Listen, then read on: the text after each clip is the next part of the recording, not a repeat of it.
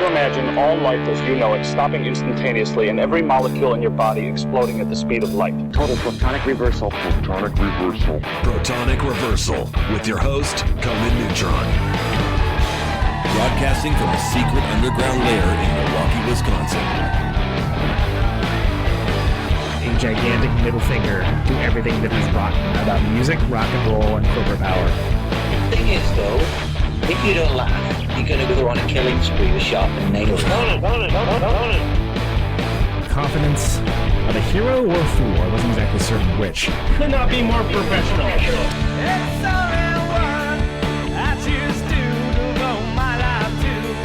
That's okay. It means something. It means something. And take that away. You know, that's my take. What's yours? Protonic reversal.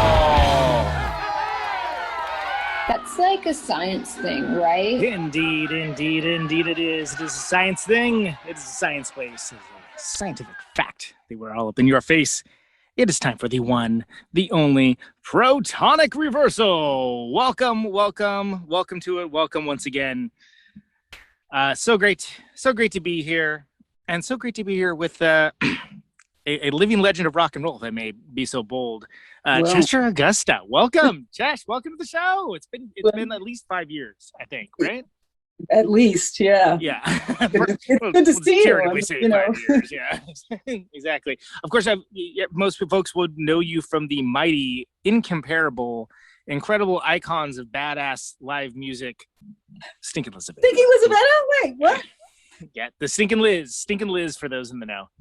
And I'm excited to talk to you. This is I should have thought of doing this a long time ago. So thanks for agreeing to do it. First of all, a pleasure. Secondly, how you doing with quarantine? How's lockdown treating you? Like what's happening with you? We're surviving. We have a dog, and she gets loads of attention and gives back all the comfort and love we need. And I'm still teaching. So I had a couple families. I did Zoom lessons for a while, and then the kids got well and truly sick of Zoom because they all got back in Zoom school. And there's really literally not an educator alive who will tell you that Zoom is cool. And for drums, it's a complete nightmare. I mean, the latency is comical, number one. Right. Number two, the drums overwhelm everyone's devices, microphones. And so it's just like, and every household out, every household has a different level of like how good their Wi-Fi is. So it was, but a couple of brave parents have allowed their kids to come back and some adults to come back. We wear mask and full face shield. I got my basement studio, which is where I am now, and so there's only 2 people down here at a time, and I boosted the ventilation, and that's how COVID is treating me. So, you got something workable. You got something that works for you, which is great. And do you find that? And I find it so interesting when folks that are kind of born and raised rock and roll people get into teaching. Do you find that the kids you're teaching, like what are their interests? Like where are they coming from? Oh gosh, it's a complete range of. So I have one student who's completely mad about Sun Ra. And, wow! Yeah, awesome. And then there's one student. I don't have time to keep track of like all the new music and stuff, so I let my students just lead me around by the nose. And you can always pick out something that's at a student's level from whatever song. So right now I'm listening to Mother. Doing a little recording session with the student. We picked out a loop from Hayloft, and we're recording that bass and drums. I get to play bass. Nice. I love to do. And then what is it? Oh yeah, Tongue Tied apparently is everybody's high school song now. I don't know what that is, but that's okay. I don't need to. Yeah, well, you know what I mean? It's like, but I wouldn't necessarily dig this kind of music out, and I certainly wouldn't be at the high school dance, so I won't know that what song played there. So I really actually value my students, music picks and choices to bring in to learn. So, yeah. And is it? I mean, and it's so drums are so foundational to like rock music, right? And to like most of like the world that we come from. And do you find that there is that kind of excitement of like, hey, I'm gonna hit things now. I'm gonna hit the things to make the thing happen. Like, do you find that is that same level of excitement, or does it come from a more academic place? Yeah, once again, that really depends on the student. And a lot of my students are fascinated by the contraption and how you work it, and how beats are put together. Like, so there's an intellectual aspect to it. My card says play smarter, rock harder. So I'm already selecting for students who are gonna use their bodies and their brains. Right. Yeah. But I'm trying to think of. I mean, I had one kid who was 10 and didn't know what to do, and ended up being like an incredible metal drummer. And so part of it for him was definitely like full extension. I got to hit this, Right, release for him. But yeah, there's just a range. Every person's different, Well, yeah, and the reason why I bring it up, I've been, lucky. I haven't actually played with that many drummers in my life. I've just played with the same drummers for long periods of time, but they've always been really great. And but I feel like a couple of years ago, speaking personally, I decided to kind of pick up minimal drum playing because, first of all, like the drum set of my dreams came up for sale at a ridiculously low price. Oh, brilliant! I want to hear all about it. Yeah, and then I was thinking about it. I was like, well, this should help me in terms of like being a songwriter, being a guitar player, like being able to just like understand what is and is not a drum beat that a human being can or should play. Things along those lines. Right. Yeah, you can't be like Beethoven and try to write like high C for all your low altos. Right. Humans are going to play this, right? It's really a frustration for drummers. This is going to be a probably way too broad generalization, but it's a frustration for drummers. We kind of always know where we are in relation to. It's our job. It's part of our job. Like, right. Oh yeah, that's right. That's the guitar, and I'm here. And like, how are things crossing? Am I accenting? Am I counterpointing? Am I setting something up? I know where they are, and it always. I mean, not always, but like I've been astonished by sometimes a guitar player who really doesn't know where they are.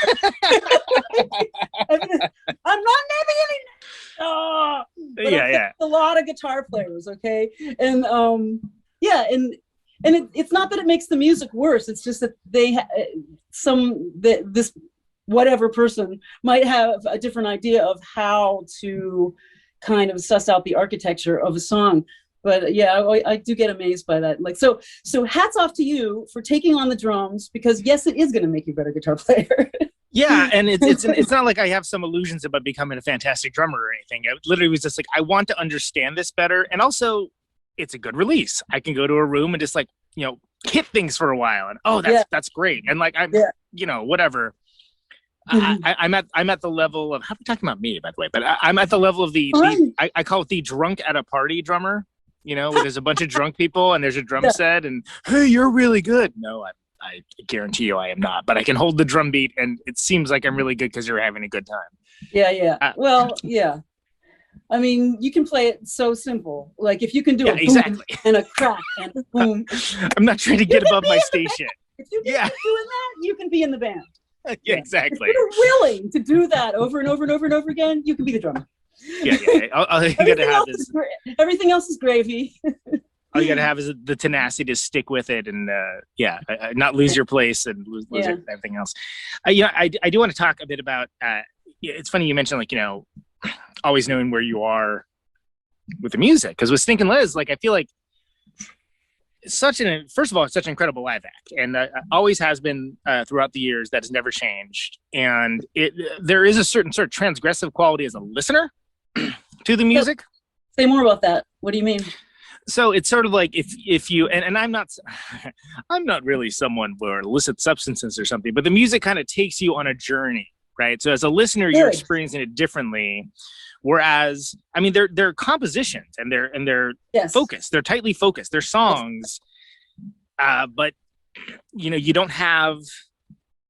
Traditionally speaking, you don't have like vocals or anything to go with. Right. So how do you orchestrate it like in your head to make sure? And again, a lot of this I'm sure is just muscle memory and like doing it over and over and over again. But like, how do you figure it all out to know that like, hey, we're gonna do this, this, and this? Then like, that's where that is. That's where that is. Is it? Do you do any cues or anything, or what's the secret behind the sauce? The secret sauce is, okay, that's a good one. Alexi is telepathic. So he makes me look better than I am on the drums. He can follow me through anything. Yanni is just the music. Yeah, he embodies it. You know what I mean? Yeah. And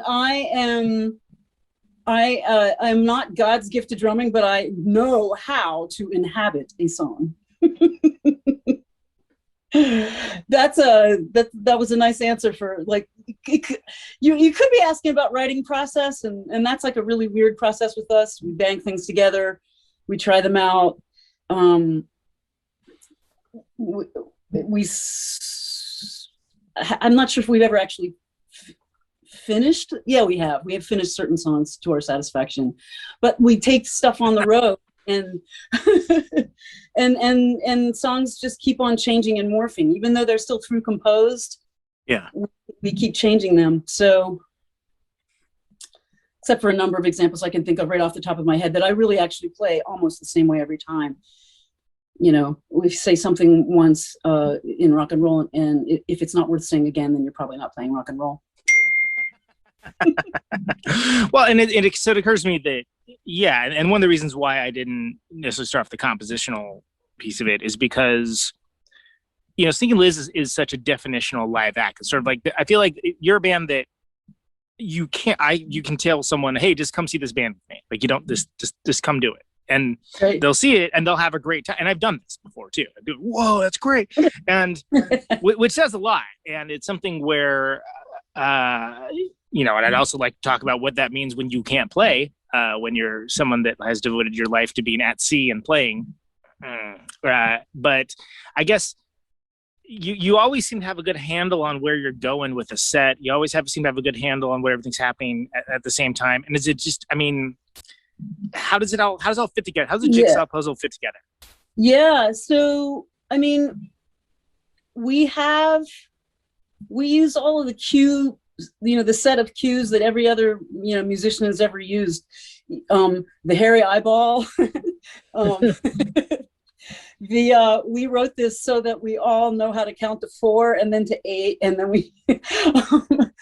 Well, where's your 4? Well, here's my 4. Yeah. Oh, it's amazing though. Like I'm always back on my the endless subject of each human is different, because Alexi has a whole different. I was classically trained, so I count like 1 and a 2 and crap like that. And if I ask Alexi to count something, he's got a whole different system. But I've also noticed that my students come up with different systems of keeping track of time and placement. Like drums is a lot about placement, because that's sort of like how muscle memory has to do with where our limbs are in space, right? And they come up with, one of my students will go down, down, down, up, down, down, down, up. You know what I mean? Yeah. And so anyway, this is not really answering your question. What was your question again? Oh yeah, how does it all fit together? The hairy eyeball, the cues. Hairy eyeball. I had to explain that to a student the other day. It's like, and then we looked up where it came from, and apparently it's originally from flirting, like batting one's eyelashes, giving really a look of serious intent, which apparently goes back to flirting, batting one's eyelashes. It's of course come to mean all kinds of other things, but Yeah, that's not how I know from it. Yeah, but no, hairy eyeball. Like, you glare at someone and it's time to change. Yeah, exactly. Hello, time to do the thing. Yeah, exactly. But yeah, we also, like we rehearse and we've written this stuff, we've written this stuff, well, not necessarily down, but we've composed it, and we know we develop a sense of the length of things, and when we create a train wreck, it's because we forgot our sense of the length of things. Gotcha. And train wrecks happen. So maybe that's a good question too, about like, when do you know something's done? Like especially when things like will kind of reveal itself to you maybe more as you play them versus when they're initially written. When do you know when something's like, hey, stop, you've stopped digging, you've hit gold? That's a really interesting question. I usually know when something is done when I can't play it this is going to sound really weird. When a song hits its peak, after which I can't play it as well as I did then. Right. Okay, it's interesting. A really weird phenomenon. It's like, oh yeah, that song was definitely done, and it was done right then at that moment, and now my playing has changed, or our vibe has changed, and it doesn't sound the way it used to, and it isn't developing anymore. It just I'm trying to claw my way back to some peak that some song had, and it's either it's not working, or then I know that song was done. Oh yeah, that's done. It's more like saying that song's over. yeah, exactly. It's not done so much as just that's it for that. No, we can't play that anymore. Sorry. Gene, you mentioned being classically trained. How did you end up with the drums in the first place? Like, what was your path into playing? I studied piano because I lived in a small college town. I was a faculty brat, and I was able to audition for the college plays that they were putting on, and there was almost like there was so frequently a role for me because I could be the little kid of the town in Brigadoon and in Knickerbocker Holiday, and I was Mercutio's page in Romeo and Juliet. So there was always some, that was a trouser role. That was hilarious. But because a lot of because I was interested in musicals, I decided to study piano to learn to accompany myself, to learn parts and stuff. So that's how that started. And then that quickly went into classical music like Bach, which is like, Bach is my favorite. Anyway. You can't argue with Bach. I mean, who's gonna be like, Bach sucks? Somebody gets like, Bach sucks. Overrated. No, come on, grow up. Let's cancel Bach. Yeah. Exactly. Yeah. Right. But that's how that happened. And I was studying when I hit college. I was studying piano really hard, like a lot of hours a day, and I wasn't getting to that level of fluency, which made the instrument really belong to me and let me take it on the road and play an ensemble and stuff like that. So I was a really good player. I had a lot of stuff together when I played a piece, but that fluency was just out of reach. I don't know if I had given it 8 more hours a day for 10 more years, whether I would still be saying that. But right. My friends had a band together, and I was really curious about the contraption of the drums. And so I went around to a buddy I knew who was playing and made him show me some stuff. And more and more fascinated, like, wow, look at this. This is such a great gizmo, Yeah. I went back to my house, and I took pencils, and I took what he showed me, which was a simple rock beat, and I forced myself. I call it desk drumming. I still make my students do it today. It's like, okay, my foot's doing this, and my hand's doing that. Wait, and now my other hand has to do this, and I made myself learn it, and then I played along to the Sex Pistols. Yeah. And it turned out that my friend's band, their drummer was actually a glassblower and wanted to go to Italy to study more. And I was like basically sneaking around, kind of It's like, well, I might know a little drums. And they're like, well, I don't know why we didn't think of you to begin with. You're so crazy. And they sat me down and were completely flabbergasted that I actually could play a beat that was more or less traditional. And I think we jammed on the Velvet Underground's Ocean. Oh, wow. And I was like, and a bunch of other stuff, like we did some Sex Pistols and all.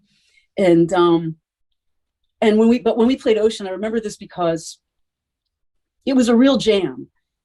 Like, and something just like burst inside me. I was like, oh my God, this is what music is supposed to be about.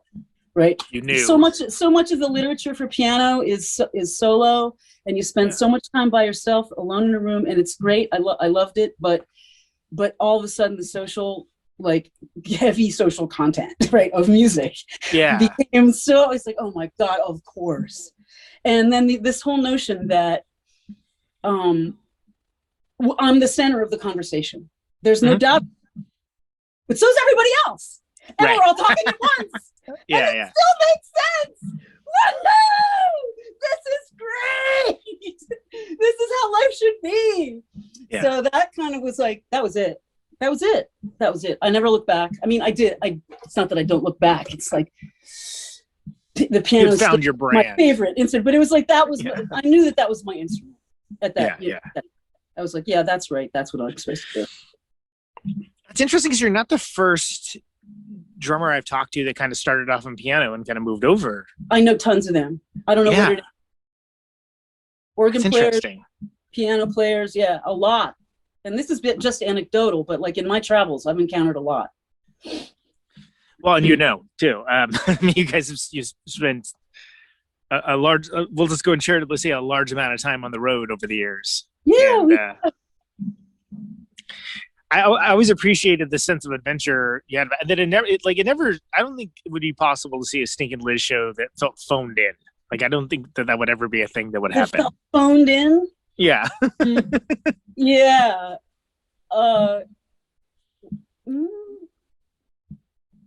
One time I took too much cough syrup in, it was in, it was in Oklahoma. Uh-huh. I took too much cough syrup, and everything slower. I was just totally stoned on the drum. I had to stop. In front of all these people. I was like,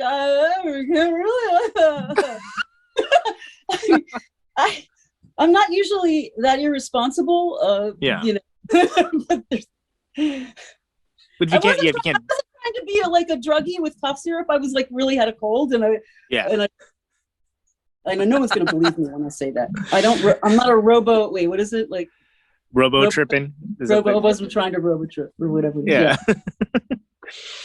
And I just bring it up because it's like when you say you found your instrument with this interaction early on, right? They're like, okay, drums are the thing, but I feel like every time I've ever seen you play, it's just there's like a certain amount of like intensity but joy as well. They're like, you're stoked on what you're doing, like you're right there, and it's something that draws you in.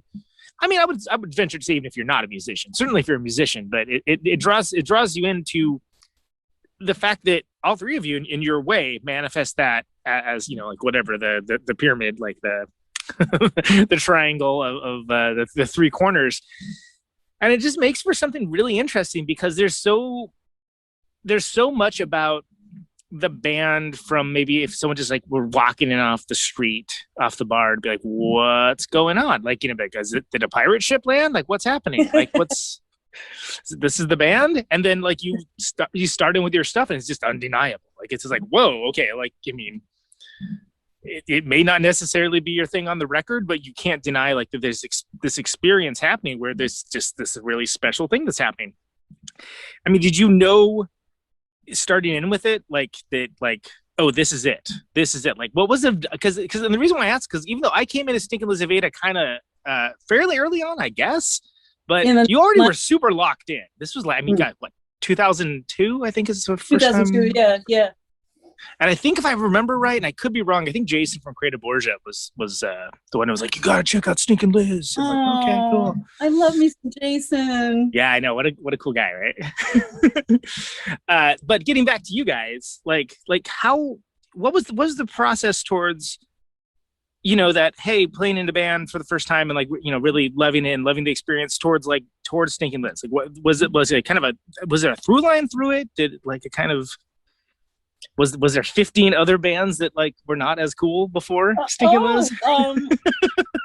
I would say there were loads of other bands. I played in the National Wrecking Company. The first band that I played in down here in West Philly, which is where I still live, was called Doctor at Tree. And we were, oh man, I meant to get you this website of a guy who's put up all this 80s stuff from Philly. I'll get you the link. Oh, cool. Awesome. Yeah, really cool. And we're up there. So that I played in Doctor at Tree. It was the first time I ever auditioned on the drums. And I knew like a Latin beat, so I could get by with this African stuff.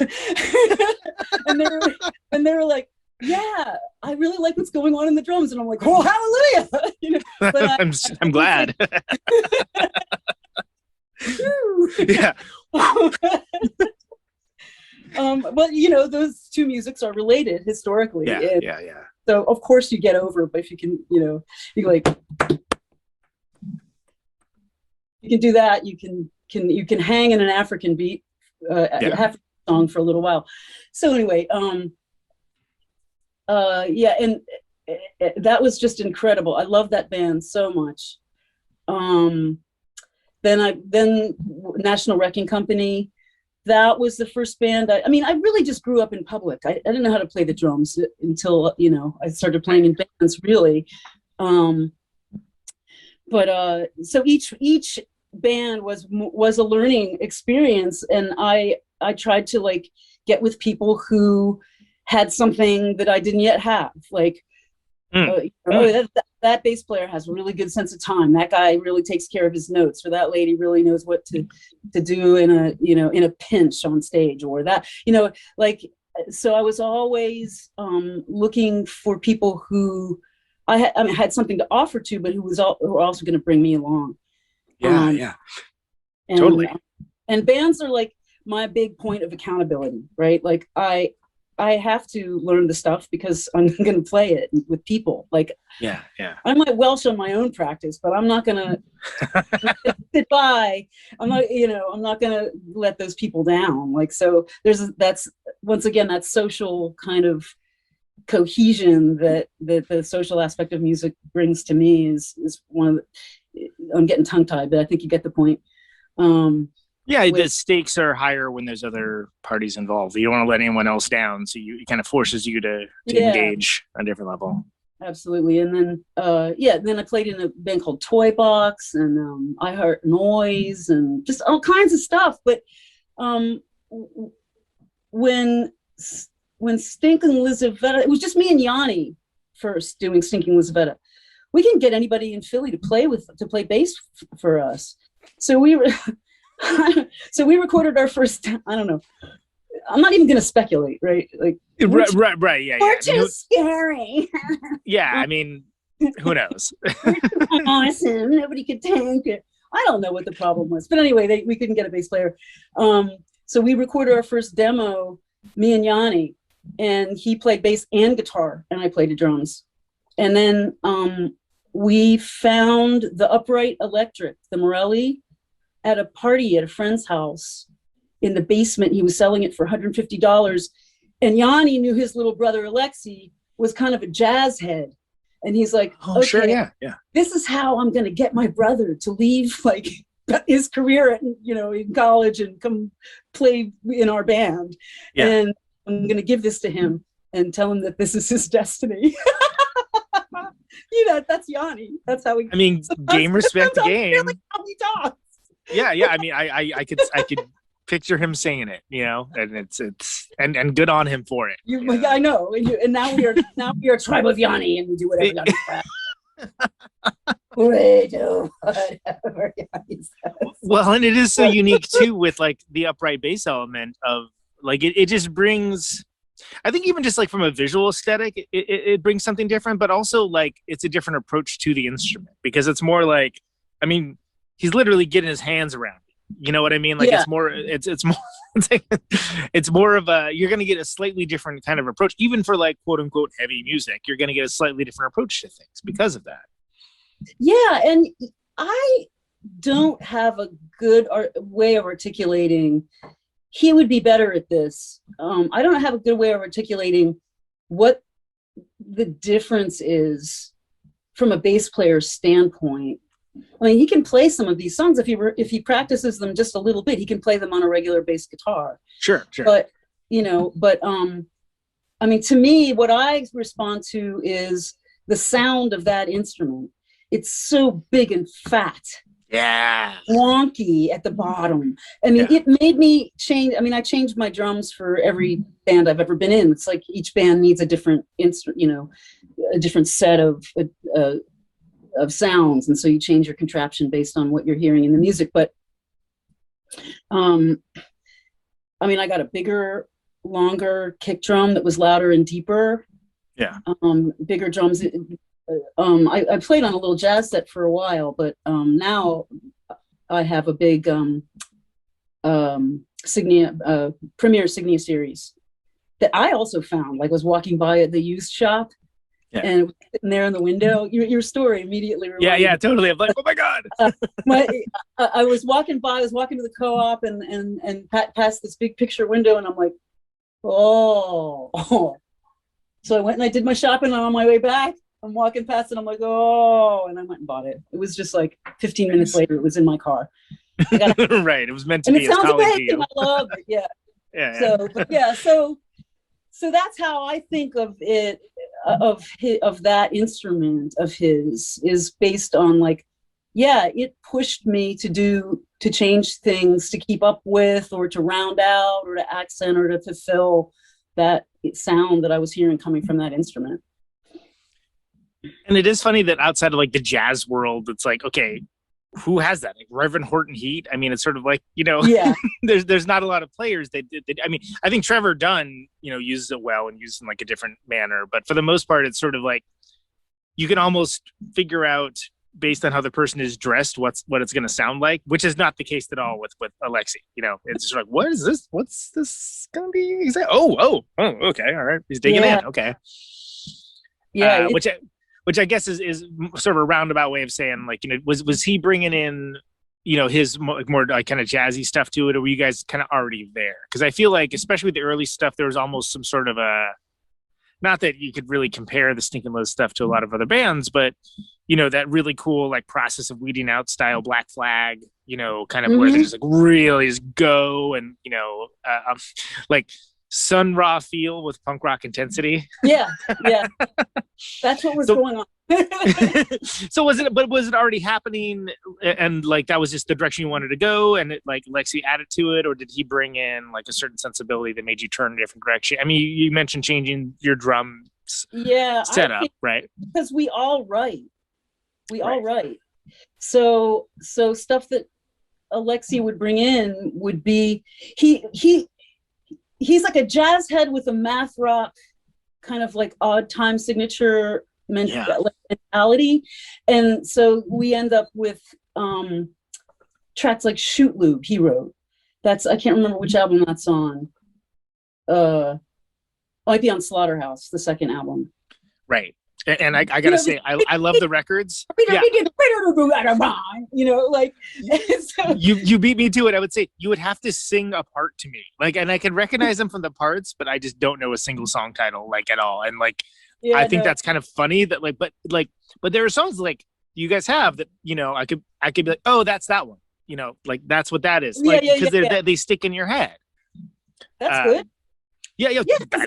Absolutely. I mean, when you say you said earlier, you get taken on a journey, right? Exactly. And that, and my first thought when you said that was like, good, then we're doing our job.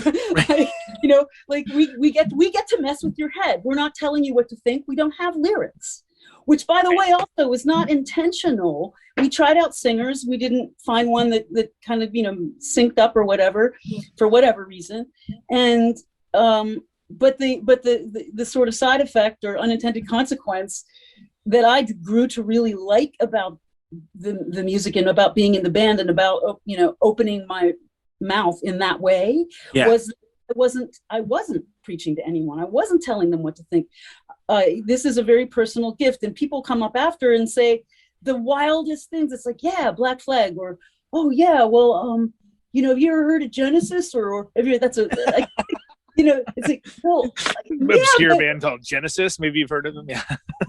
Yeah, but, you know, like, but in other words, like really different influences, like that our stuff reminded people of because of their particular journey through music, and I really like that. I like that it's a personal, and that I'm not pinning anyone down to a particular narrative. However, when you say journey, what you mean is we are still writing narratives. Right. There are characters. They talk to each other. Yeah. You know? and they interact. If we're not doing that, then we're not writing instrumental music. You know. Yeah, I mean, I think if I remember correctly, and I mentioned Process of Beauty Now, which I think is a really underrated record, actually, and one of the few kind of punk rock jazz records that, you know, kind of is influential for good reason and warrants its attention. But I also, you know, it's like it seems like they're coming from a similar place as, like, you know, Melvin, Steel Pole Bathtub, like Shellac, like not meaning that you're necessarily directly influenced by it, but it hit the same way. And in the way that, especially when you're a band on tour, which I'm sure you well know, and you see the same kind of bands over and over again, and maybe a band that like sounds like one band. I was gonna say it's a band that like sounds like one band, but like one thing that band does instead of like the 20 or 30 genius things that band does, and then it just kind of gets demoralized. And then you see a band like Stinking Liz, where it's like you guys just so own what it is you're doing, and have a compass, even if like maybe not everyone can see the compass, but like you have a compass to what you're doing. It's so exciting and cool, and it's something that hits so differently, and it's so rare that I think it's, for anyone that's watching the show with an open heart, it's hard for them not to become engaged. It's hard for them not to feel like they're along for that journey. Thank you. So thank you for coming to my TED Talk. But so go back to those early days. Like, you know, you said Yanni was originally kind of like, you know, playing the bass and the guitar, and then, you know, enter Alexi. He brings a whole new element to it. He's wrapping his arms around the low end and doing his thing with it. Yeah. Can you speak a little more to like figuring that piece of it out, like becoming Stinking Liz in that way and capacity? Like when were you like, oh yeah, this is cool, this is special, this is something that's worth exploring?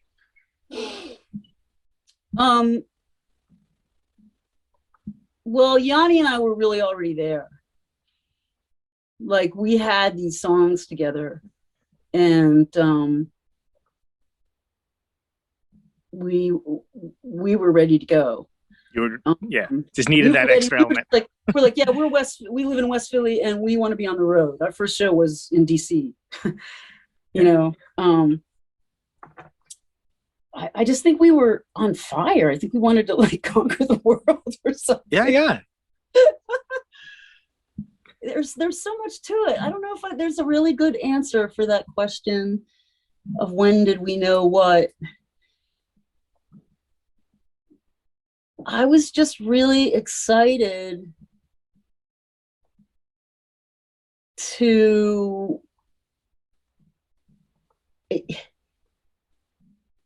I just really enjoyed like writing the parts and digging in.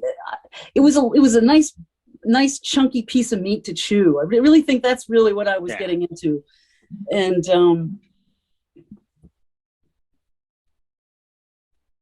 I mean, I think we wanted to do stuff. I don't know how much time we really spent analyzing. We want our sound to be this or that. we fight a lot. Like, it's like, no, that's not even music, dude. It's like, what? So, like, you know, that's how it gets done. We just kind of wrangle about things. and then whatever it is that each of us contributes, that is what Stinking Lizaveta is. It's like our three voices just coming together somehow. Even though sometimes we could be credibly accused of playing different songs at the same time. There was a review that said that once. That's awesome. And I was like, well, yeah. And Why not?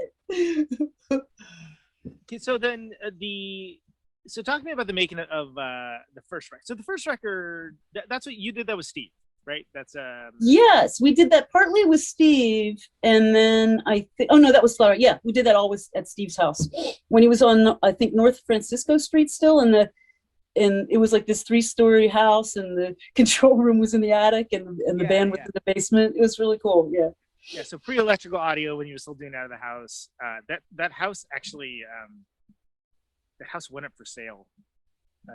Like someone else has lived there for some time now, but it was one of those things where I was like, oh, I wish I was somebody that could buy a house, because that'd be a cool house to buy just for the history alone.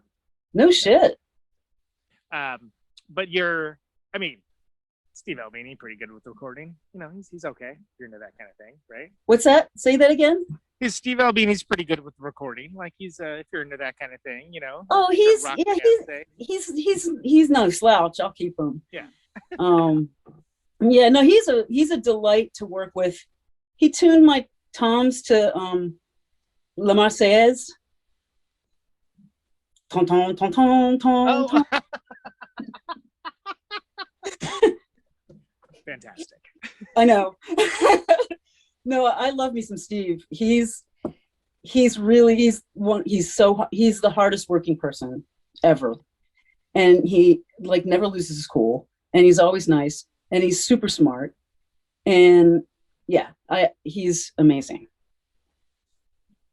So, and that's how do you feel about taking these songs into the recorded world? Like not being just like your rooms that you play, songs you play in a room together, rooms you play in a song together, sure, but or songs that you play live, but taking them and recording them, like documenting like what you're doing. Like, did you feel like that was kind of like something you had thought about for a while, like the record making piece of it, or like where was your mind at when you were doing that? The goal was to have this band play out of town and tour and make records. That was it. Right. That was our goals. And I don't know, we had, we took very different approaches over the years. Like the reason we went to Albini was because he records bands live. Yeah. And is one of the best at recording a band live and having it sound kick-ass. Yeah. We're a live band. How about we do that? So that worked out well.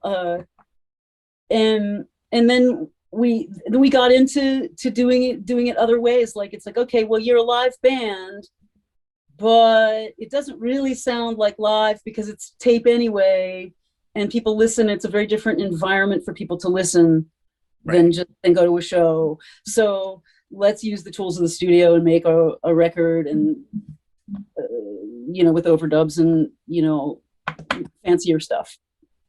So we've done that both ways.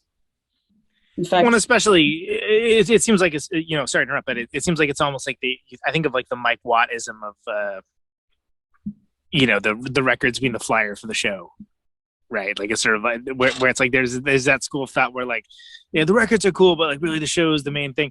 And like I never thought that about you guys, but it is something where, like I said, I could take someone that never heard a record into the live show, and they would get it and they would understand. Yeah. But then like playing the record, and like I knew some people will pick up on it, and some people are like, you're very carefully skirting around a touchy subject.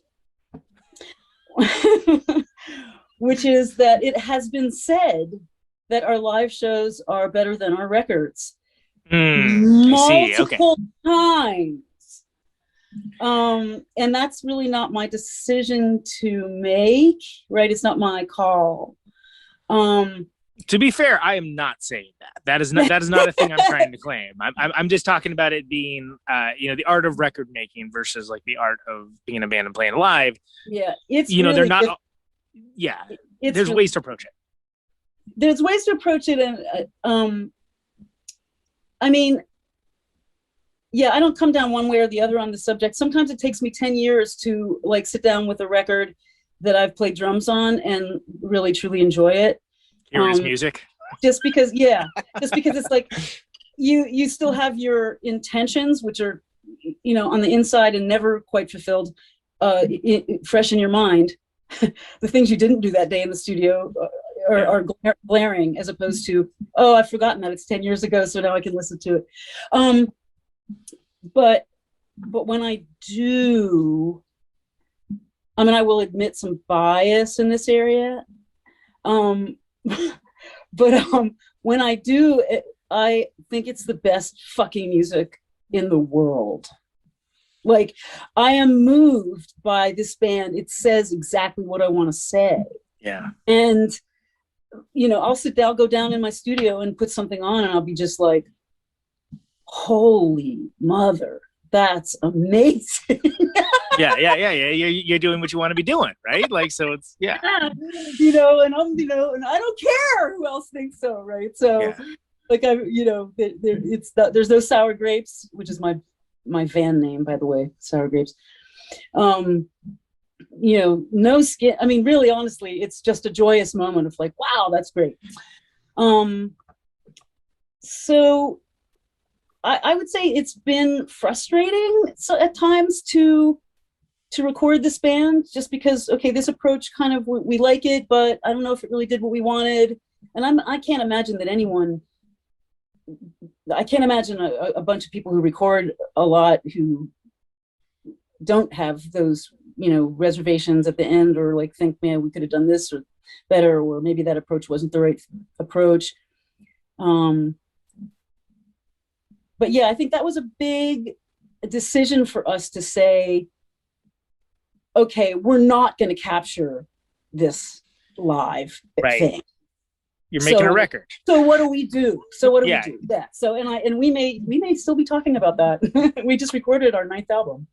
Yeah, and I was gonna say, it's not like that's a fixed point in time for you guys. Like it's you're continuing to move forward as you always have, and continuing to document these songs that you're writing in these different ways. So talk about that. Talk about making records and like overdubs, and not that you're like necessarily have like children's choirs on it or anything along those lines, but like, oh, why not? Where are they? Will they come to my house? Yeah, I was gonna say, if you can fit them in, hey, fantastic. Not everyone can be Nick Cave, but are you looking at that from the perspective of, hey, what would serve the song the best that we maybe couldn't do live, or just couldn't do live with the 3 people doing the 3 people thing live? Like how do you maintain the intensity of some of these songs? Not that they're all intense, but like maintain like that engagement, but then kind of take it in a different place where you're making something for the listener to hear, to engage with in the way that people listen to music. Yeah. Well, explain to me music, Cheshire. Yeah. Say more about that. Sorry, that's a very general. It started with the best of intentions. Sorry. Well, first there was a big bang, and then less than a nanosecond later, time, and therefore music. Right, exactly. There you go. Sorted it out. Put it in a tweet, send it off.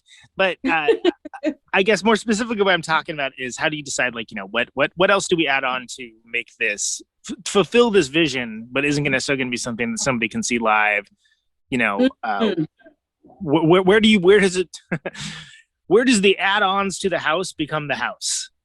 Yeah, that's a really good question, because we had, like, on the 3rd album, brilliantly titled Three. Yeah. Um, Hey, the Champs did it for like all of them, I think. I remember. oh, really? One, Yeah, two, yeah. three. Yeah. Oh, good on him. Good on him. Why mess with a good thing? Right. Commitment to the bit. Anyway, If you don't have anything better to say, just say. I like album titles, but yeah, you know. Well, no, I'm just hemming and hawing because I forgot how to explain music. Explain music, Chesh, please. So that one, I mean, that one starts with you got what War of the Worlds is how that one kicks off. So we had these more rockish kind of songs. Yeah. That were broader grooves, and it seemed like a kick to put like bowed bass, and violin, keyboard, you know, to flesh them out. And we never got worried about that. It's a really good question because we never really considered the fact that unless, you know, once in a while we could have that violinist sit in with us, which happened and stuff. But that wasn't going to be the core of the song, like when it was live. So yeah. I mean, and when we were down, we did the 8th album with Steve Berrigan, and he just kept on making Yanni lay down what he called sweeties. Do you know that? No. What's a sweetie? I feel like this is something I should know. He would say. More sweeties, Yanni, and what that means is just more tasty licks. You got more guitar, another track. Gotcha. Yeah. Think of a harmony. Go, and he made so that album became really guitar rich, and it's quite beautiful. There's stuff that we can't do live. I think Yanni's just brilliant at picking out the deconstructing and reconstructing melodies so that he gets the essential bits in there that carry the core of the song. Yeah. I mean, I just think he's really an amazing musician that way. Like he gets melody, and he really knows the guitar. Yeah, he's a ferocious guitar player.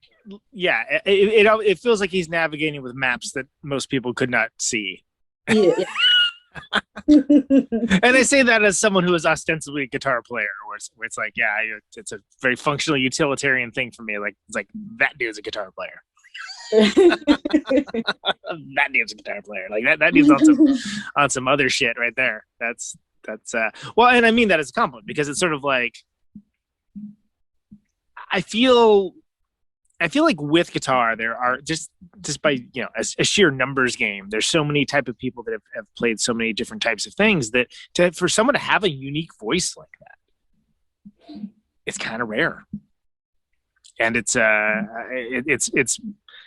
something that makes for a very interesting sound to the band, because then when you combine everything else for it, it's like there's not a band that sounds exactly like Stinking Liz, and it's pretty unique and cool. And it's not something that even some bands I really like, it's like, that's great, I can name these 3 bands it also sounds like, you know, and that's fine, that's okay, there's nothing wrong with that. But like, no, there's nothing wrong.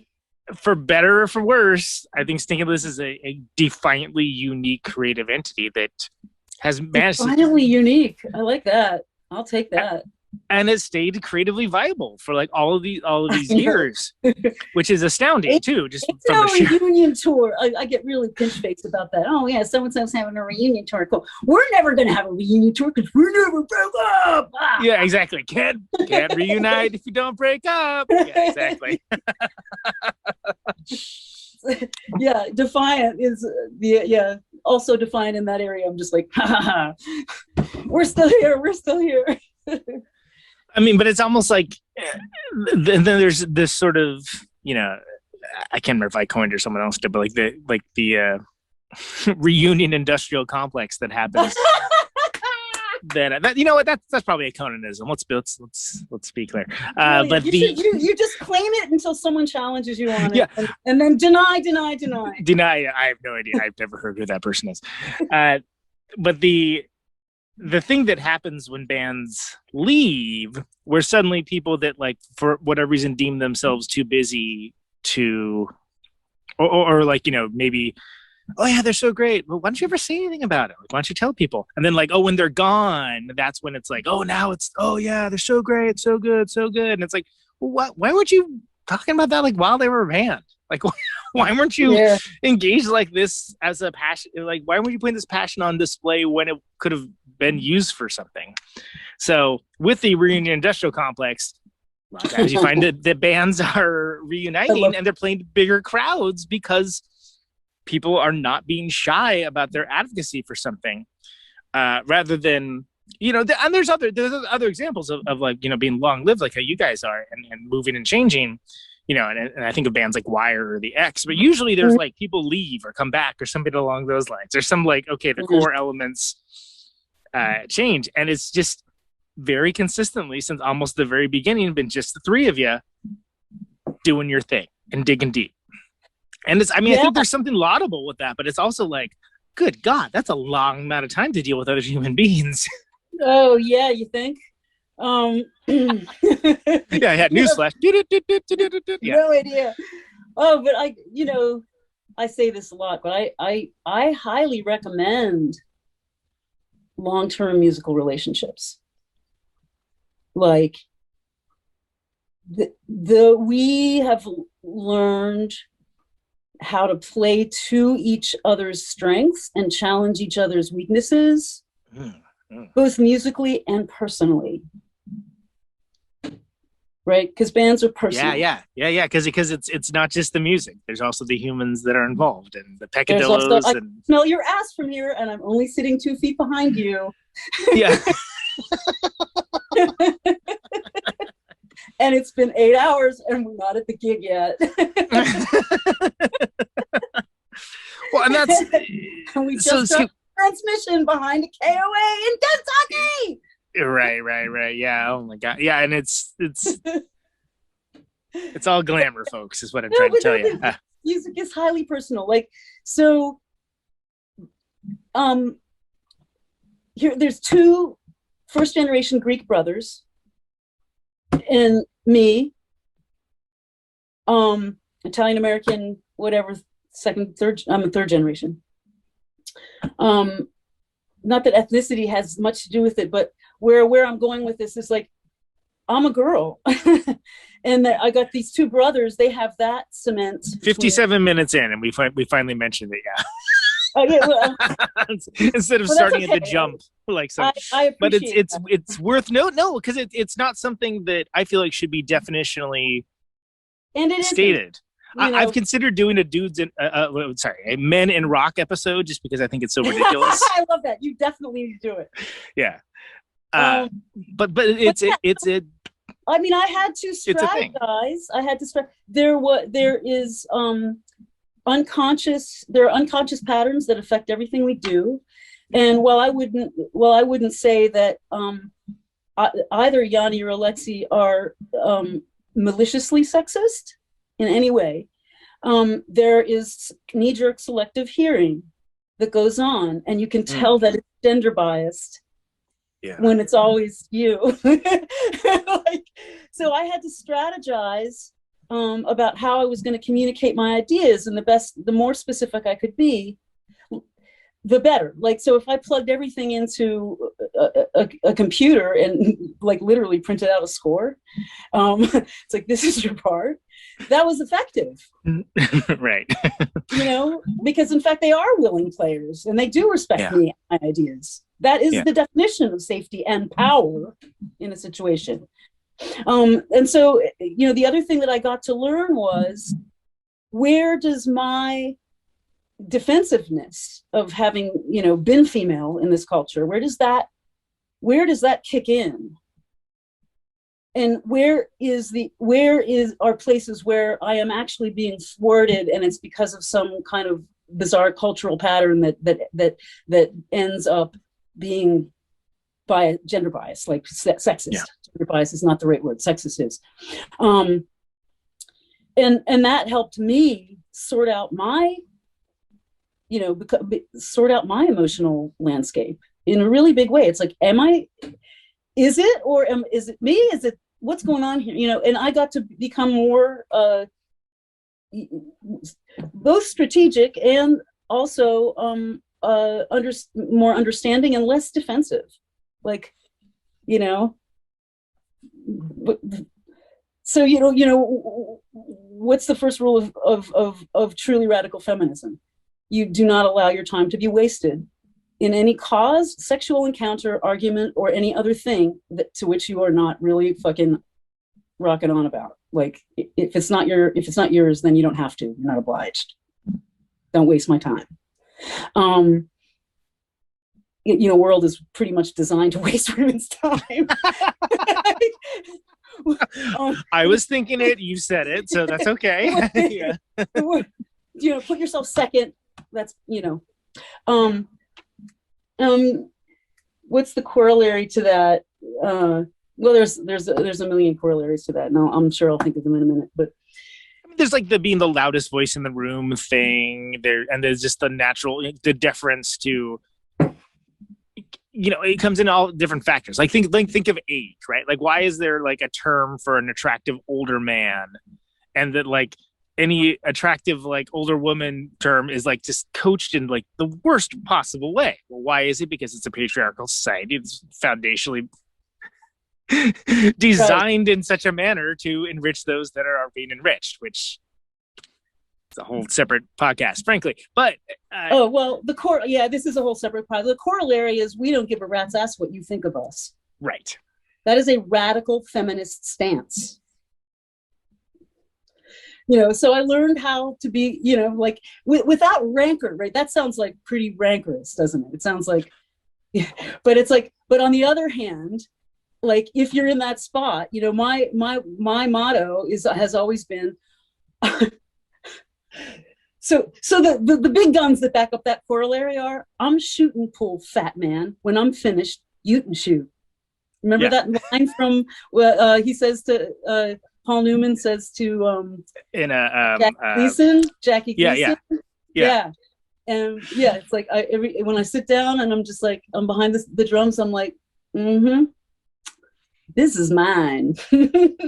Well, and it's so fascinating too, because drums especially, there's like this extra level of biases. There's a lot more bias, I feel like, with drums, especially with, you know, awesome ladies I know who play drums that, like, just for whatever reason, like it's to a lot of idiots, it's considered like a gendered instrument almost, and it's just like, what? Why would you think that? But yeah, because it's so physical. I think we don't think of girls. We don't think of girls managing full extension and taking up that much space and being that loud. Yeah. And on the very, very, very deep level, we don't believe that women can be responsible for that much stuff. And drums is the thing which like can create a train wreck. Look, dude, I have like I am time written on my arm. Yeah. What do you think that means? It means that if you're not with me, you're not in the groove. So face it. Like, it's too bad for you. I am the groove. It's like Judge Dredd. I am the law. I am the groove. That's good. That's some autobiography title business right there. That's good. Right. Yeah. No, the first chapter of my memoir is where's the bathroom light?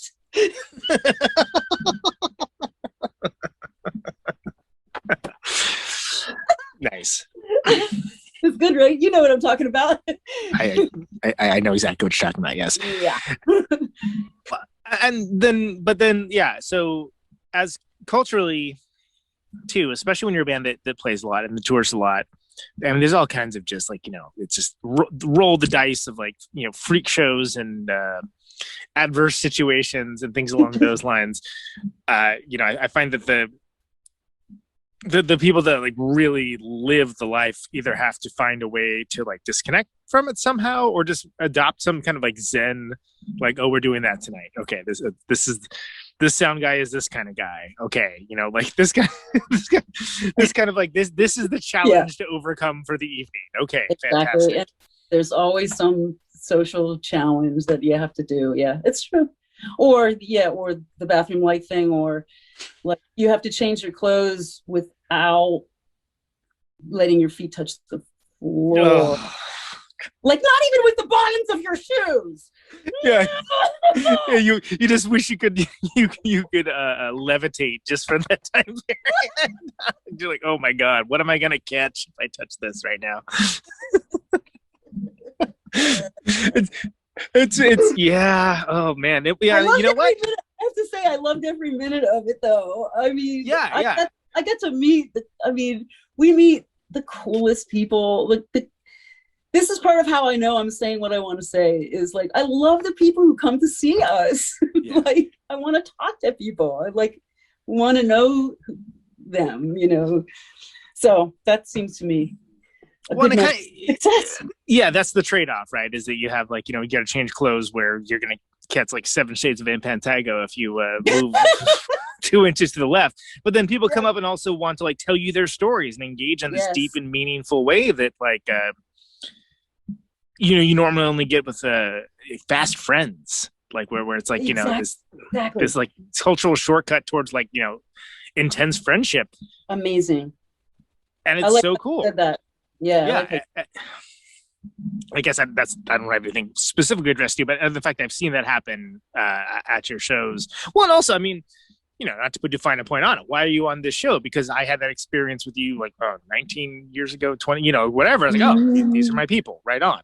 Fucking awesome. And you just know immediately, great. I know exactly who you are. You are a weirdo and freak like me. Fantastic. You're in this boat. I'm in this boat. We're both going out to sea right now. Fantastic. And as someone that has made that such a huge part of their life, as y'all have, and have your North Star with all of it. I mean, does it feel is this a temporary pause, with this global pandemic, or does this kind of feel like a, more of a reexamination, or? I think it's a temporary pause among many temporary pauses. We had a period where Yanni had 2 kids under the age of 3 at home. So to be enough for for a lot of people. It's a lot. We still toured, but it was 3 months, no, 2 weeks, maybe after that, we had to really wrangle that, and gladly, they're like my nieces. I love his kids, but COVID, we recorded, I think this was September when we went in and recorded with Steve Roche down South Philly. And we were just okay, well, we're not doing anything else, so let's make an album. Right. Yeah. And a lot of time, I felt the least prepared we'd ever been to record these songs.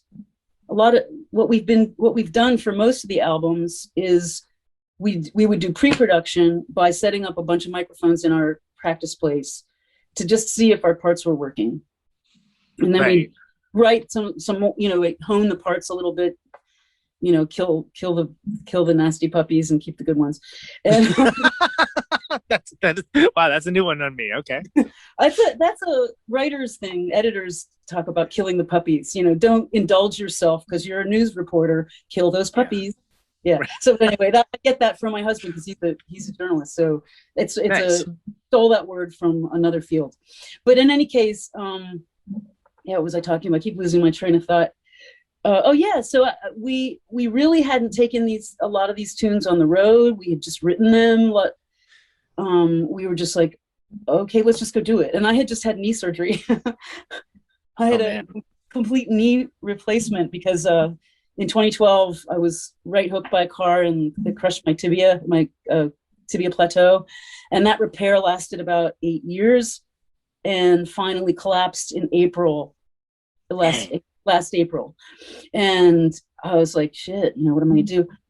So there was nothing to do except replace the knee. And that was one of the longest, most painful, like freaking recoveries. That was worse than the original injury. I'm telling you right now. Yeah. In any case, that's where I was. I could barely walk, but I could play. And I didn't have a lot of stamina because like all my muscles had atrophied. But we did it, and it was fine. And Yanni's still editing it. I have one track that's been mixed from that. It's called Daily Madness, and it truly is amazing. Stinking Lizaveta. I asked Yanni earlier today if I could give that to you to play at the show. To play, but he didn't get back to me, so I don't feel like I have permission to release anything. Not that it should matter, but it's fine. I think it's a fair bet this show is going to be. It's been 7 years. This is pretty much the only thing I do until touring comes back. So it's a safe bet you'll have another opportunity to premiere a track. And I thank you for thinking of me with that, because I would love to hear it. Yeah, right on. Yeah, I hope we can, because it's outrageous. It truly is a picture of daily madness, and we all know what that means now, because we're all kind of like trapped in various pauses of our own and kind of craziness, like people home with kids and not able to perform, people locked in their houses with their children. Yeah, wish that I was a person that owned stock, and that if I own stock, I own stock in Zoom. Exactly. Right. He's not really able to play and stuff like that. So, I mean, I think we've all felt, and just the scariness and uncertainty of it. I was listening to some folks being interviewed who had gotten their vaccines, right, and their astonishment at this is more than one person that was registering this idea that they didn't even really know how nervous and scared they had been, like, and how stressed out they had been. And there was a sense of relaxation that they didn't expect, because they didn't even realize how crap they'd been feeling. It's just part of life. It's just part of everyone's life now. And like everyone's in this low-grade state of anxiety and depression. Right, exactly. So we're all going through that, and yet we made the record, and I don't know. So that's what we're doing right now, really. Yanni is at the studio a lot, mixing and stuff. Do you feel like, because this is, as you mentioned, you didn't have the chance to, play these out and kind of have them tell their stories to you as much as maybe some of the other ones, right? So do you feel like it does have a different feel, like, because of that, or it's a really good question. It sounds so, this one track just sounds so raw and yet so developed, and I guess that's just because we've been playing together for a long time, but there's nothing else except us on it. It's almost like the first records with Albini. It's like it's just a snapshot. Yeah. And yet it's just like hair raising. It's so funny that, like, this is like your ninth record. It's ninth record. To be like kind of going back to that. Even though I feel like I was really lacking in a lot of stamina, it's a steamroller of a song. I'm like, was that really us in that room that take? So yeah, I'm curious to see the other tracks. Yeah, see how it all shakes out, for sure. Yeah, because I really don't know the answer to your question yet. I don't know what. That's okay. Yeah. Like the Richard Feynman book, The Pleasure of Finding Things Out. Like it. He's a cool dude. Do you have superhero scientists? Do I have superhero what? Scientists?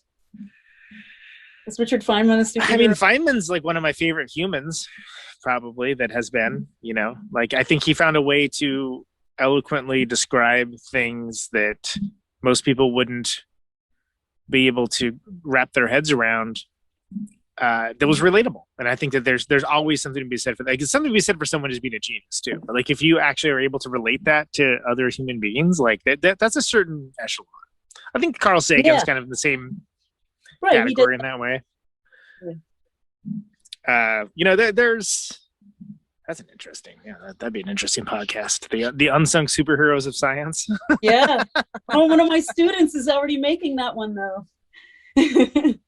Oh, really? Yeah, she is. I sent her some of my science buddies, and she's making a podcast. I'm so proud of her. She wants to be a rocket scientist, whatever that might mean, you know. That's awesome. Yeah. And she's a killer drummer too. It's a That's killer. great. Yeah. Well, do you think with how do you feel as someone who has been in the game and doing this and playing and touring and making records and whatever? I feel like it cannot be overstated how different things have become with the rise of social media. And I'm not saying bad or good. I'm saying different, right? Like, it's sort of like, hey, do I miss phone cards and like going to pay phones? Not especially, really. Leaving messages for promoters and like maybe they will get back to you, maybe they won't show up at a show. I think it's tonight. I don't know. Oh, there's 3 people. Great. Oh, there's 2 people. Great. So, gotta be able to rock those 2 people. Yeah, exactly. Those 2 people are gonna have the best show of their life right now. We're gonna put all our focused energy completely into these 2 people. But as a band that has never stopped, never sucked, and continue to do what you do, have you found that the reaction to people, like how they engage with the music, how they engage with it offline, online, at a show, not at a show? What are some experiences you had, like any lessons that you could say that, not just on your experience, but overall, like what epiphanies do you have, if any, that you can share for how the culture has changed in the past 20 years? Go. Oh boy. How was you bastard. So there was a big bang. Culture changed. Well, okay. So during the pandemic, there were these bands doing shows on like as Minecraft avatars. Really? Really? Wow. Yeah. Live show. In other words, everyone's playing the game, and they're yeah. I mean, wow. So that has left me behind, and I'm not a technophobe. Well, yeah. But I'm also not a Minecraft avatar. Yeah, that's I mean, that sounds like Black Mirror or something to me. Doesn't it? That's crazy to me, but like, cool. That's awesome. Yeah. No, it was a really creative response to a crap situation, and they did it, and it's like playing a live show. But yeah, how has? Well, just thinking about the fact that, like, let's try to simplify this. Maybe I'm being too broad-based here. Like, it is pretty broad. How does culture change in the last? But it's specifically related to your experiences. I'm teasing you. I'm only teasing you because I don't have anything to say. Like, experience being a drummer and being in Singing Liz and doing what you guys do. I think that there's a sort of there's an allure to being the mysterious band. You're the mysterious band. Like, you roll up and you say, oh, what's this going to be like? And then, you do your thing and you get to blow minds. Oh my God, it's crazy. And it's not that, like, whatever, there's a documentary film crew following you around or anything, but it seems like there's this push towards like the art and the artist becoming one. And like, Cheshire was walking her dog the other day, and like, here's a video of it. And like, that gets like 600 views and like, hey guys, here's the new song we put out. 20 views. Thanks. The celebration of the mundane. Let's put it that way. I understand what you're saying. I found that trend was happening before the advent of the internet. That even as far up in the conversation, up is not the right word, as far sideways in the conversation as academe, like people wanted to write criticism. I mean, academic criticism. Oh, sure, yeah. And they wanted to examine very carefully the artist, the writer's life, and make suppositions about whether something was autobiographical and what that meant. And I find it's a profound, that either has contributed to or is the result of, or is some kind of, vicious circle of an inability to read metaphor on your own. Right. Like, yeah. What is this work of art?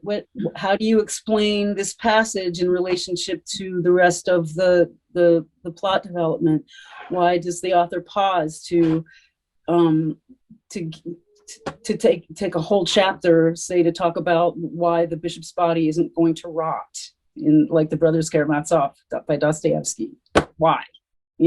What does that have to do with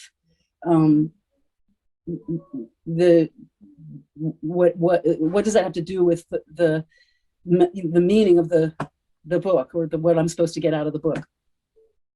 And I found it really weird to do that to art. And I find it equally weird when artists are so confused with their product that people won't listen to a song because someone has done something bad in their life or something, Right. Like, that's really like, let's just say it. I still listen to Michael fucking Jackson. Okay. Yeah. Is that all right? I mean, you can't fuck with the art. I mean, it's there. Did the songs become bad songs suddenly? No. He doesn't sleep in my bed, and he doesn't write my paychecks. Like, right. And there's something to be said for, and I think back to like H.P. Lovecraft. Like, especially as a younger man, I loved H.P. Lovecraft so much. And then, like, when I found out, he was a terrible racist, like, just awful. And, like, basically all these quote unquote monsters was like anybody that wasn't like a white dude that looked just like him. I was like, oh, and that, right. It doesn't make me hate H.P. Lovecraft, but it kind of colors out of space the work for me. Like, it makes me enjoy it a little bit less. And it's not because I'm seeking out to be like disconnected from it. It's just like, oh, that kind of sucks. Like, I'm glad that I know it, but I wish I didn't know it at the same time. And it just seems like that's become the only default state to be of the art has to match my values exactly. And if it doesn't, then it's not good art. And we're verging on, I'm not trying to talk about like a certain thing that is a phrase that's being bandied about right now at all. I'm not going to talk about it either, because it's too small for us. Exactly. Art is much, much, much larger, first of all, than politics of any kind. Always. It's just bigger. It's more personal. It's bigger. It's big. It's dimensionally transcendental, like the frickin' TARDIS, yo. It's like bigger on the inside than it is on the outside, and that's it's like it's not going to be brought to heel by our petty grievances, and it's not going to be brought to heel by like horrible things that happen in West Virginia or South Africa. So yeah, that's pretty much what I have to say about it. I don't know if I finished my thought. No. Well, so I wind myself to these rhetorical moments, and I'm like, oh, it will not be brought to heel. Well, it's a long form discussion. We can talk about Dostoevsky as much as you like. And again, the conceit of what I was trying to get at was you being a musician and Stinking Liz being a band that has been around for so long, to kind of see the rise of all this stuff from like the mp3.com and Friendster to MySpace to Facebook. Yeah, we saw it all. And I lost like M through Z at a rest stop in Ohio. And I booked the whole 3-month tour, and what was I going to do without M through Z? The box full of cards? Yeah. Oh, man. Yeah. The physical box. And then when it's got like the Atlas, where'd the Atlas go? Oh, no, I need it. But I think your point is really interesting, and the one of confusing the artist with the art, and the modern version of that, which is what you were talking about, the like my entire life has to be open so that I can get Twitter hits, trend Twitter and trend on Instagram. I just like, I'm gonna sound like a complete fuddy-duddy, but that's just not my life. That's just not the way. I don't know anyone who's that interesting. Yeah, certain people certainly try to present a picture of themselves that is as such, but yeah. And here's another thing, like there's a really big theme in American movies, art, drama, and music that is the redemption theme, right? Yeah. So what is that? If it's not possible that someone who is deeply flawed also created something utterly beautiful, then none of us really can be human. Right. Yeah, no, absolutely. I mean, I think back to, if I met James Elroy at a bar or something, I'd probably want to punch his lights out. But it's like he's written some of the best noir that I've ever read in my entire life, where it's like, wow, this is sure, it's a problematic genre of fiction, but it's like, this is good writing and I enjoy the story and I don't want to hang out with them, and that's okay. Yeah, absolutely. He wouldn't want to hang out with me either, and that's all right. Almost 100% sure I would not have wanted to like even spend 5 minutes with Mozart or Beethoven or Bach. Yeah, exactly. That would be a horror show, I'm sure. We would not understand each other. Yeah. As much as we talk about the band arriving at the show and it being like, arriving on another planet, that would really be another planet culture clash kind of experience. Let's get back to the live show. So let's talk to me about the set. Like what songs do you play? How do you decide where they go? Where do you base it on, at all on audience reaction? Is it just kind of like an autonomous, like, we're doing the thing, this is the painting? We don't know. We don't know. Yanni calls the songs. We don't know until we start. Is that fun? Is that anxiety inducing? Is that it used both? to make me really, really, really nervous. And now I'm just like, I'm here for it. Right. I'm like way here for it. Except sometimes he'll pick a song that's hard to do as a warm up, just physically, and that means it's a little bit of a sacrifice song. But I'm also okay with that at this point. You know what I mean? It's like, okay, yeah, that it's going to be a warm up song, and that's going to be okay. Right. We're here for the duration. Like we can manage this energy. Just stick with us. So that's interesting. So you're able to look at it from the perspective of, hey, this one song may not be all that it can be placed in this position, but we're looking at it as like as a marathon. It's a marathon, not a race. Yeah. Right. Yeah. That's interesting. It's not the Twitterverse. It's live music. It's not TikTok. It's not 17 seconds long, unless it is 17 seconds long. Right, in which case, fantastic. It's a real tweet of a song, really. I would be remiss if I didn't ask you if you could recount any of your experiences of your many years of playing shows all around. If there are any, outsized in a positive way, outsized in a negative, but maybe funny way, tour experiences or things that like spring to mind as like, wow, that this is a farce. This is, or maybe a horror story, or whatever, or something that made you live, like something like, yes, it's all connecting. And if you have anything that jumps to mind, cool. I don't want to put you on the spot, except for I put you on the spot. Well, let's see. There's so many. So we were touring with Collection Corrosion of Conformity in England, and we real alliterative tour. Seeds, hard C sounds. Yeah.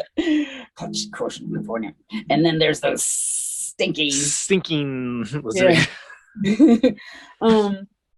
and we were, I think it was the last show, and it was at the Astoria in London. It was like the last show that was there, at least for a while, and I think it might have closed for good right after that.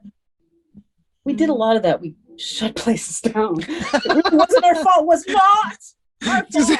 There probably wasn't a direct through line Not to that. involved in the business decisions of, like, you know, the London club scene. But Yanni, so we were, it's a huge stage.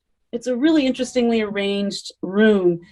With the way that the balconies are situated, it makes it look like there's a wall of people straight up and down in front of you, which is wow. amazing. Okay. Like, yeah. almost like it's almost an optical illusion. They almost like dish over top of you at the top, and it's like, it's just like, that was just cool by itself, just to have these people just collapsing on top of you. Even hearing it described is pretty cool. So I can only imagine to see it. Yeah. Like the like a basement show in West Philly where the kids are like leaning over the cymbals and like practically playing the drums with you, but it's 2,000 people and it's like they're right there. So the stage is huge, and we had our sets set up 1, 2, 3. We were opening, and then Clutch, and then Corrosion. And so Yanni arranged at the end of our set for both drummers, John Paul and Brian, to sit behind me when we played our last song, and we all played drums together. Oh, that's awesome! I love that stuff. Yeah. And it was like I was just like I was like being shot out of a cannon. I was just floating on the air. Like I could just like I could not play a wrong note like that. Right. So anyway, that was really amazing. And then Yanni proceeded to drink like a shit ton of strong. I can say shit, right? Oh yeah, fine. Okay. He proceeded to drink I don't know, gallons of Strongbow. And he thought that Keenan was drinking a lot along with him, but Pepper wasn't drinking quite as much. So it was actually Yanni that ended up curled up on the sidewalk outside of the Astoria.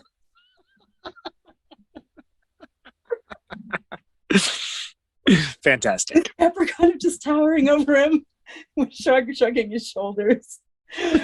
It was really good. It's a good tableau. That's good. I like that.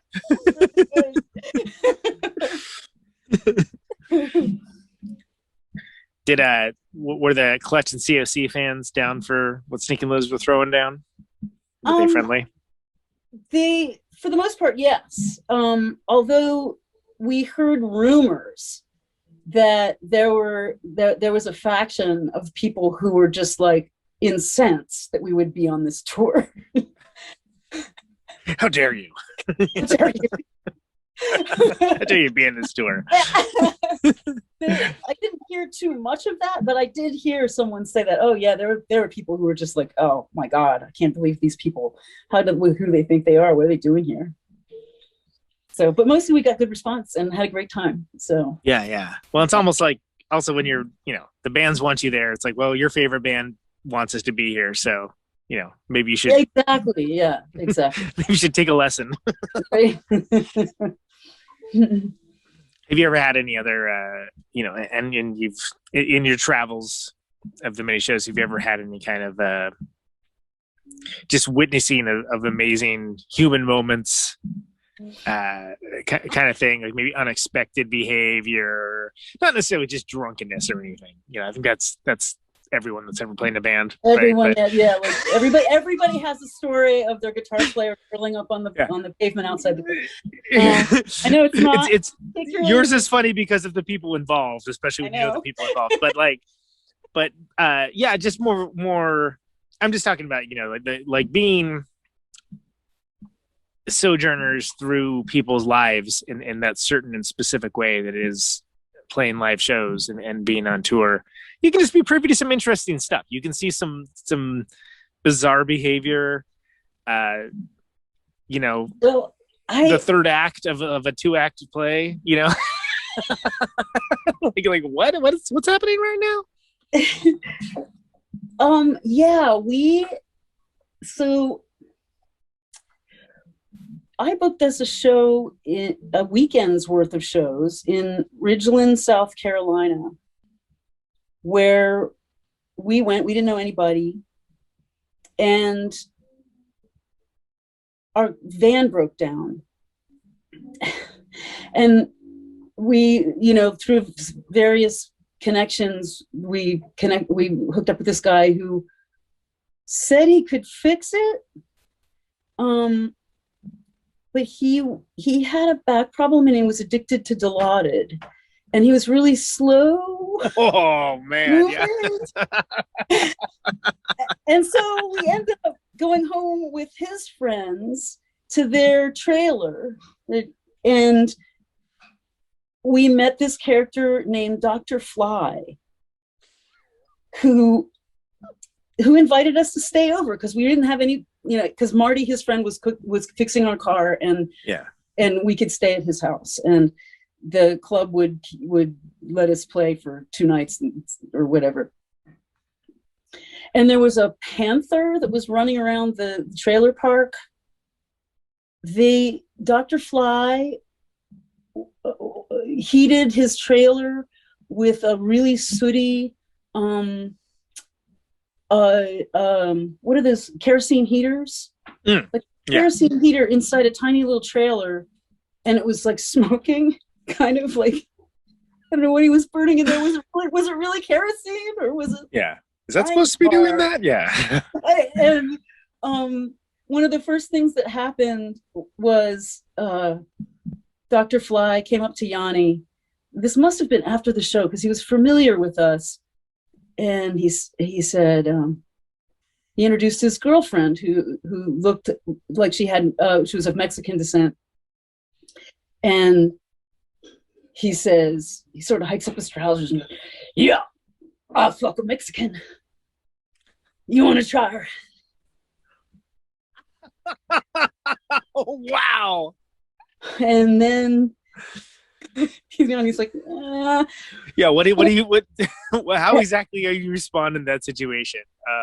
Polite pass? I mean, I don't know. I mean, what do you? So what ended up happening was Dr. Fly kept Yanni up all night playing Dust in the Wind. As one does, yes, of course. Why wouldn't you? Yeah. I went to sleep and woke up, and it was still Dust in the Wind. And then he would say things like, I wish I recorded him because his speech was so colorful. He'd say, Wanted to get me a gagger. And a gagger is a beer. A gagger. Wanted it. Get me a gagger. I honestly, I'm telling you, man, if I had recorded his way of talking, I'd listen to it every day. It was just creative. Yeah, sounds like you could have a spin-off show from your series. Like, wow, what's that guy all about? What's his story? So the panther killed one of their baby goats. Oof. And they took us to Mountain's house, which was also a trailer, and they roasted that goat. Uh-huh. We ate it. So the panther killed but did not eat the goat, and the Meantime, goat was on our way to Mountain's house, Yanni had to talk Dr. Fly out of bringing his shotgun along in our van. The shotgun was tucked in his pants, in his trousers, sticking out. And Yanni, because he's a genius, he talked to Dr. Fly out of it. I think he had a little help from Mountain. So he and Mountain talked Dr. Fly out of bringing the shotgun, because I'm sure someone would have died. Yeah, it doesn't sound like it's a good idea. Around. Oh. So anyway, and then the next day when we're set to leave, someone was having a birthday at yet another campsite. And we went down there, and the picture that Alexi took was of a can of it wasn't Natty Boh at that time. What was the other one that was super cheap beer? And a pack of Marlboro. Go ahead, tell me some beer names. I'll tell you. Keystone. I hate all that stuff. God, my stomach turns just even like thinking about the brand names. It.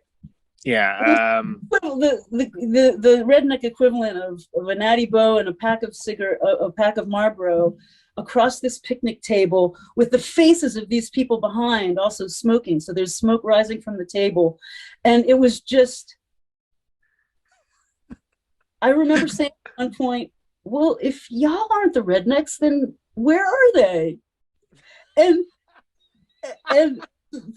the hell of it is, we actually lived through it. Like I said that we made friends. Yeah. We got to this point where we could just be joking and honest with each other. Y'all aren't the rednecks. Where are you hiding them? Yeah. And somehow, like, this is Stinking was about his story. Like, we end up in these places. This is not the only story like this. We end up in these places where we really should be, like, you know, in danger. Pegged at least as some like rubes or like some weird East Coast elites and what the F are you doing in my town? Yeah. And we always come through it making friends. With Dr. Fly and his shotgun singing Dust in the Wind. Yeah. And Juanita, who showed us all her poetry. Fantastic. Well, and it's and thank you for sharing that, because I feel like it is something where I feel like you guys have like books of stories, if not just like that, like of similar depth, scope, and scale. And it, you know, for better or for worse, as part of, you know, it's all part of the adventure, and it's just I love hearing those kinds of stories from people that have, you know, really lived the life. You know, not just like, you know. I like to say something here about the, you know, our current situation, which makes it look like we're all so like divided and, you know, everyone's at each other's throats. It's like people thought that back then too. Like my dad was like, "You're going to the South." What, you know, he has memories of the South in the place he couldn't go. And I'm like, of course I'm going to the South. I'm going to play my music in this wherever I feel like, you know. Right. And you know, not only is the world not as dangerous as as the news, you know, the evening news would have you think, but the United States is full of creative, generous, self-governing, you know, kind, intelligent people. And when all of this stuff started to sprout, that you know, this contentiousness that we find ourselves in, I would say over and over, it's like, well, where are all the assholes hiding? Because I've been around this country for 20 years and I never meet them. Yeah. Yeah. It's othering, but it's like, okay, but who's the other? You know, the other, the we've met the enemy and it is us. Like, is that the Pogo? The cartoon, the comic. It's something where, and what you say is a similar sort of thing that I hear from other people that have toured extensively, that, you know, there's different peccadillos. Maybe someone wants to take their shotgun to the party, you know, okay, fine. But it's not like a be all end all, like this is a different species of human or something along those lines. Like these divisions aren't as pronounced as we've been led to believe. And I think that there's, you know, there's a lot of money and a lot of power to be found sowing division. Yep. Like that's not a breaking news. Yep. Yeah, yep. exactly. This just in, sowing division profitable. It appeared like that to me in the 90s as well. And so I went on the road and I was, okay, these are Americans. I'm American. We get along. Yeah. You know, it happened in Europe too. I wanted to meet people there. I wanted to meet the people who I grew up in the Cold War, you know, and it was a mystery to me why there was half of the world that was behind this thing called the Iron Curtain. I didn't understand, like, and they were all gray and no one smiled, you know, right. Like, we couldn't meet them. And so I wanted to go over there and meet people myself and see for myself. And that's exactly what happened. And, we made friends, we played music. And so, and there's going to be touring again. Like, I'm firmly of the, like, is going to be exactly like how it was. I don't know. And it doesn't matter, but there will be touring again. And it's something that it is a comfort to me, even when I'm not seeing you guys play on a regular basis, like, oh, Sting and Lizaveta. Fuck yeah. They're out there killing it, doing their thing. Like, it's a constant, right? It's sort of like a statuesque type of dependability with again, as I mentioned, while you still manage to dig deep, challenge yourself, and follow your own compass to your own thing. That's why it's like you say, like, hey, this new song that potentially could have played for you tonight. I'm like, oh, fantastic. I can't wait to hear that. That sounds awesome. Like I'm genuinely excited. So like, some new shit. All right, fine, whatever, And I think that's, there's worse places to be, for sure. And I think that's fascinating. And you've carved your own niche. And that's something that whether it's articulated by every band, I think that's what a lot of bands kind of strive for is to carve their own niche. I mean, I'm not sure if that's what it feels like on the inside necessarily, but I feel like, yeah, we've definitely done that. When I said earlier in the conversation, our goals were to play out of town, make records, tour. Like, one of the corollaries or underlying sort of cautions to that was, we are going to do this at a human pace. Keep it sustainable in your way. Yeah, we wanted the band to pay for itself. I said we wanted to conquer the world because we were on fire. That's also true, but it's kind of like, what's your vision of conquering the world? Well, going to new places and playing music for new people. Like, okay. It wasn't like, let's be on MTV. That wasn't our, you know what I mean? Right. Yeah. It is some people's goal, and fine. Good on them, go. But we wanted to, it was a deliberate decision to do things at a human pace. I'm a human first and then a drummer. And I think that's kind of how I like it. Sure. Yeah. Yeah. I think the humanity informs the drumming, and I think that's a positive. Well, not weirdly, that's a horrible adjective to use, but I think that totally shows through. I think that, and you have a certain intensity to what you do that is uniquely you. And I think that's, again, something that a lot of musicians will strive for, and, maybe fall short, maybe not fall short. Who knows? Maybe not. There's lots of great musicians, man. There are. So this is, Chesh, this has been great. I really, really, really appreciate you coming on the show and talking with me. It's been great to have you on. I should have done it long ago, but I appreciate it so much. Last thing, it's the only can question that I ever ask people, and it's not actually in a can, but it's the only question I have that I ask everybody, which is, you can choose to interpret it however you like, but why do you do what you do?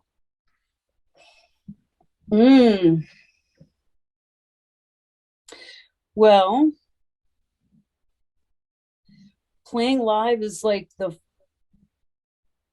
most fun way I know how to get from 0 to 60 in less than 30 seconds. And teaching is my bliss. Like, I'm an educator at heart. So those are two things that I do that are really, I teach. I use music as an educator, and it's never just about music. It's never about just like a paradiddle. It's about, what does it mean for a person to struggle personally with something that they can't do today, but they might be able to do tomorrow. What does it mean to them? What's that struggle? What's the beauty of their brain? How does it work? That explanation didn't do it. How can I twirl it around and think of it another way so that they're going to hear what I'm saying, or hear what I'm trying to say? So that's the puzzle, the puzzle of another human mind, that always interests me. So that's what I like about teaching. And yeah, what I like about playing live, I don't even know what I like about playing live. Jeez. Did we ever play live? Are we ever going to play live again? I think it happened once or twice. Yeah. But yeah, why I do what I do. Yeah, 0 to 60. It's like heavy, Yeah. That's pretty solid, I gotta say. Plus that thing I said at the beginning, which is just like, there's nothing like being the center of the conversation and everyone else being the center of the conversation and everyone talking at once and it still makes sense. Like, yeah. There's nothing like that. There's nothing like that. Music is the only thing. It's you. Hey, you convinced me. I'm sold. Which way's the gift shop? Cheshire Agusta, thank you so much for being on the show. This has been lovely. Thank you. Until next time. All right. Cheers, mate. Stay safe out there. Cheers. Oh, there she goes. Nice. That was nice. Hell of a human there. Let's hear her singing Lizaveta song. And then we will play out. We'll play out? What does that mean? Play it out. What does that even mean? This is all the way back to 3. War of the Worlds is what this one is.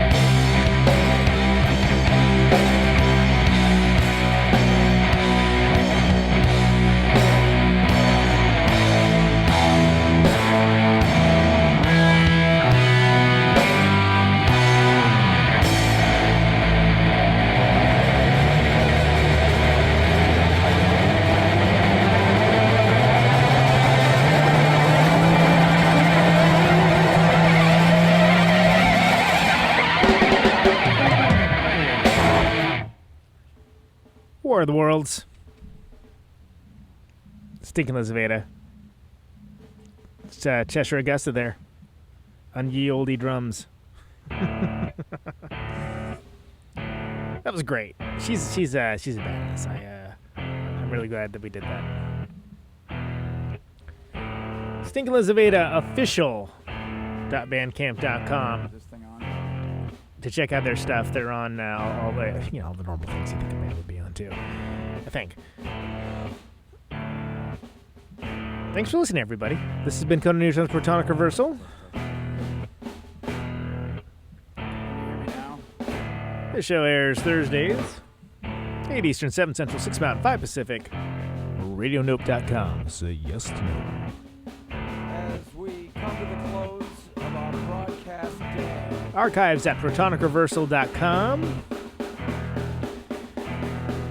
This is my farewell transmission. If you want to get episodes of the show sooner, patreon.com/protonicreversal. $1 a month will get you there. No ads, no sponsors, Signing no off. kidding. Mr. and Mrs. America, and all the ships at sea, anyone within the sound of my voice. Thanks for everyone sharing the shows around, likes, reviews, etc. That's how people find out about the show. I've got So it's always appreciated. Thank you. 50,000 watts of power. Live listeners, we have Music On with Music Off coming up next. Ionize the air. Boom Boom is the big idea. Big idea, excuse me. Misspoke. Thanks for listening. This microphone turns sound into electricity. Falco coming up again soon. Can you hear me now? Take it easy. Stay safe out there. Route 128. But take it easy. Dark and lonely. I got my radio on. Take it easy. Can you hear me now? Can you hear me now?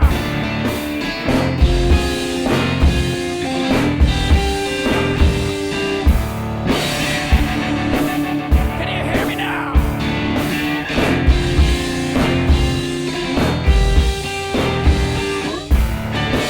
Can you hear me now? See in the radio.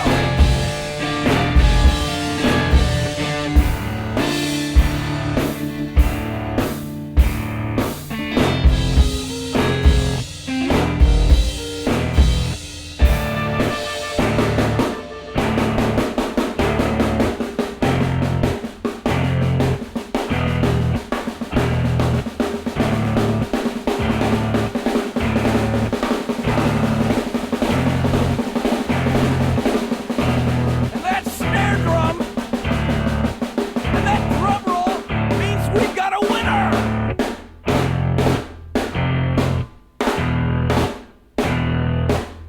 If you're the fifth caller, or any caller at all,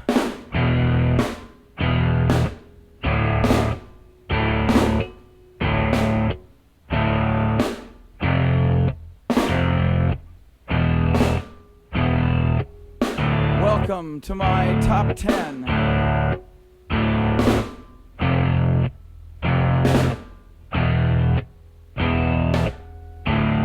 I'd like to thank our sponsor.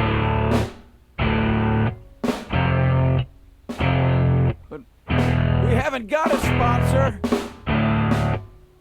Not if you were the last man on earth. She was prepared to prove it.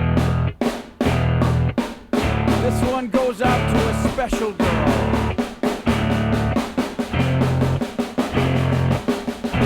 But there is no special girl.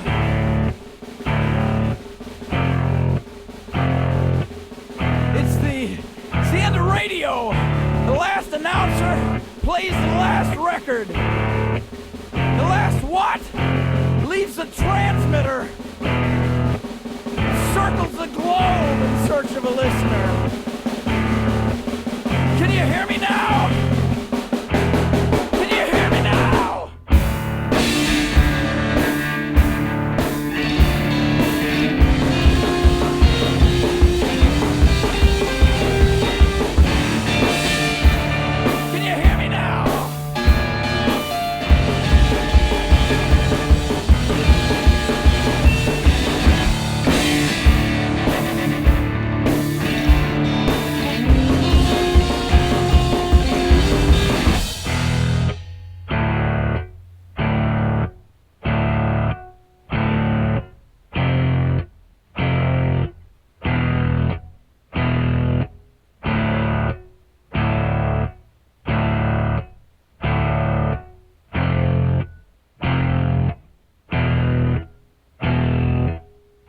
it really broadcasting if there's no one there to receive? It's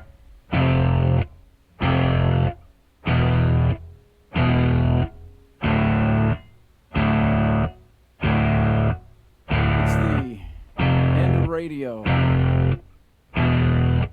As we come to the close of our broadcast day,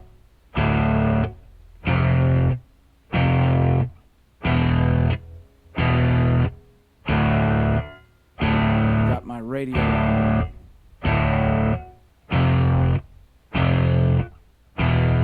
Can you hear me now?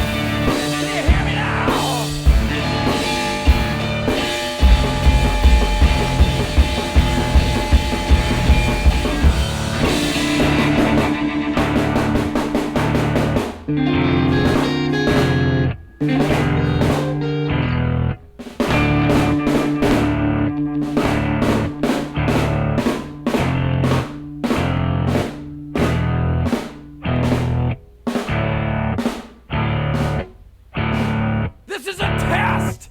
If this had been a real emergency, hey! This is a real goddamn emergency!